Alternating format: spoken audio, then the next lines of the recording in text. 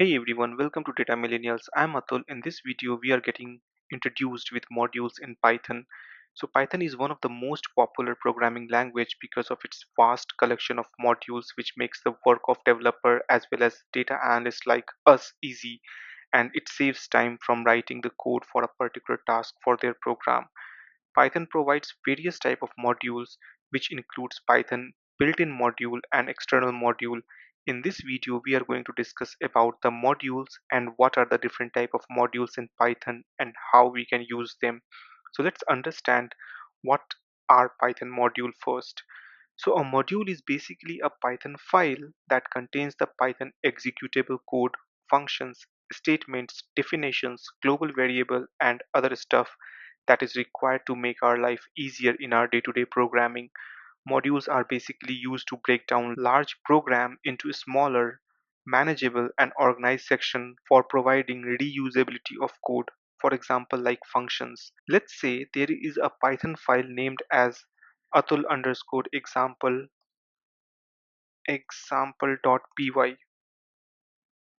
So this Python file atul underscore example.py is called a module, and the name of the module is atul underscore example. You can keep any name based on your requirement. The functions can be defined in this module, and the functions can be imported in any program using the import keyword from this module.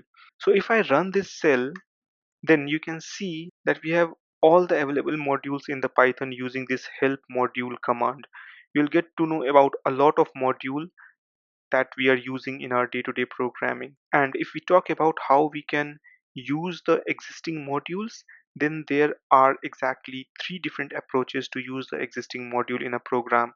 So first of all, what you can do is that you can simply write from module import star, and it imports all the functions from the module. So over here module will be your name. For example, you might know about pandas or numpy, right? You can write numpy import star.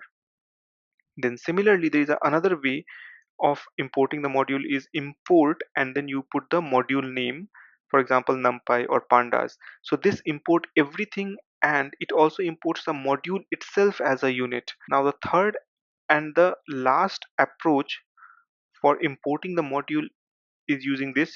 You can write from module import function 1 comma function 2.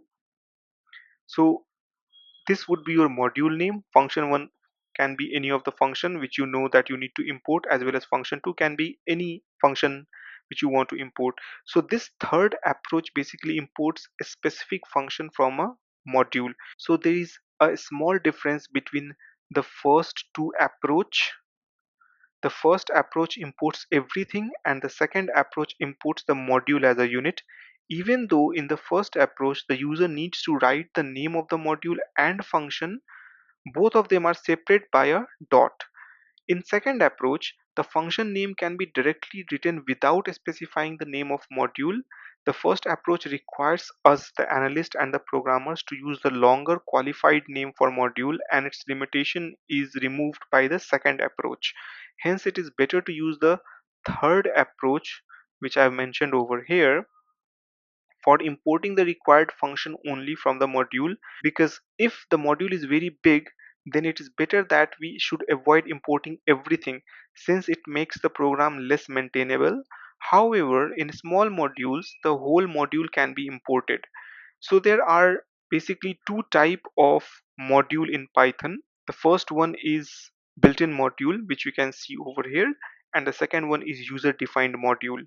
So the built-in module available in Python are related to a specific function of the particular module, and the user-defined module help the user to create their own module from effective programming through manageable code and reusability of code.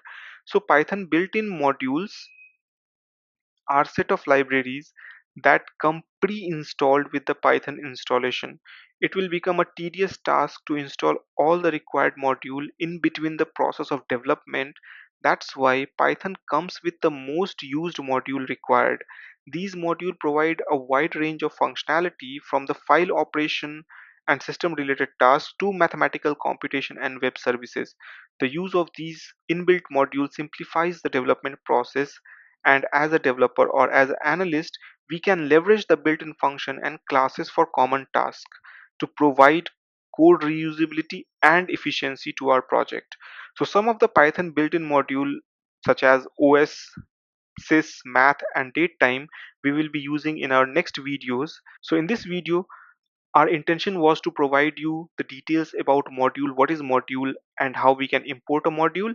In our next video, we'll start with the math module, that how we can import math module and how we can use the math module of Python in our day-to-day coding. Happy learning and see you in the next video.